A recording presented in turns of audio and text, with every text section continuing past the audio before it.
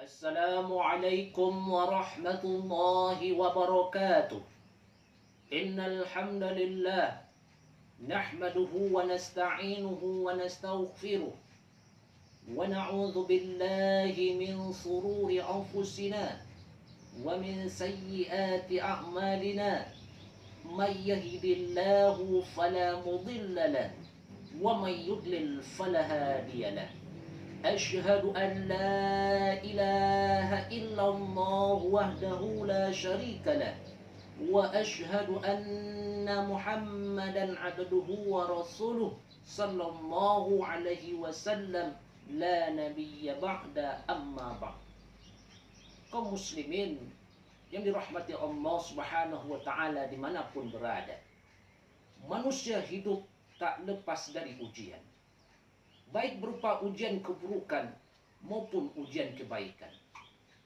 Bentuk ujian keburukan misalnya kehilangan jabatan, kebakaran rumah, kekurangan rezeki dan sebagainya. Nah, ketika itulah timbul keluhan di saat terjadi setelah tertimpa musibah. Mengeluh adalah sifat yang ada pada diri manusia. Kalau mengeluh di saat tertimpa musibah, itu suatu sifat hal yang wajar dalam diri manusia. Akan tetapi, wahai kaum muslimin, apabila sifat mengeluh yang berkepanjangan ini merupakan suatu hal sikap yang tidak baik yang bersemayam dalam hati seorang mukmin. Kaum muslimin yang dirahmati Allah Subhanahu wa taala. Di dalam Al-Qur'an, Allah Subhanahu wa taala menerangkan tentang potensi berkeluh kesahnya manusia.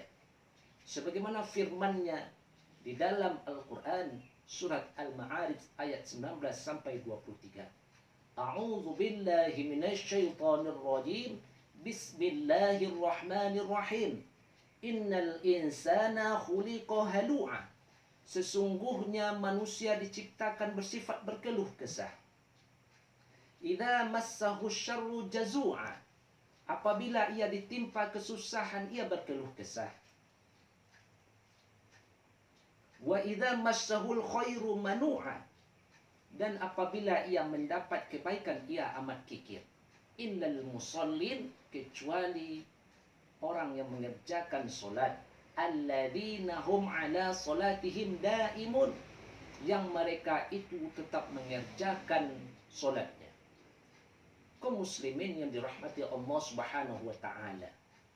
Dalam ayat ini Allah mengatakan ada dua sifat yang kurang terpuji dalam diri manusia. Yang pertama, berkeluh kesah.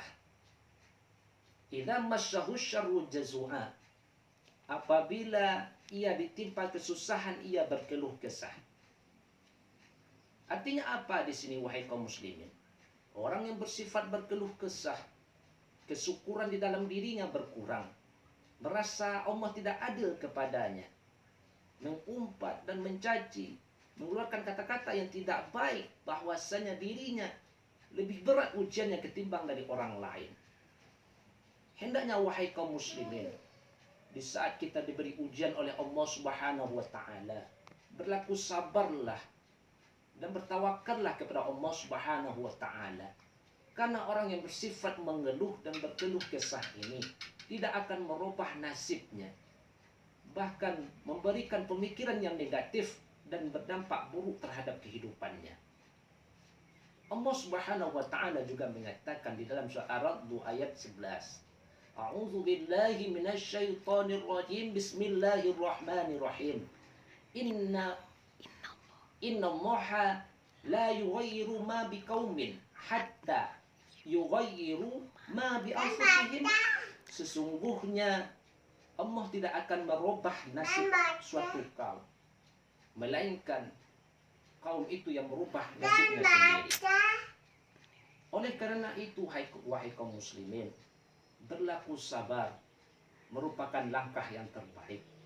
Sebab tanpa kesabaran di dalam diri kita ini, tentu akan mudah sekali kita mengeluh dan berkeluh kesah, bahkan bersifat suudzon kepada orang lain. Sudah umumlah kalimat yang kita ucapkan di saat kita diberi ujian oleh Allah Subhanahu wa taala. Inna lillahi wa inna ilaihi raji'un.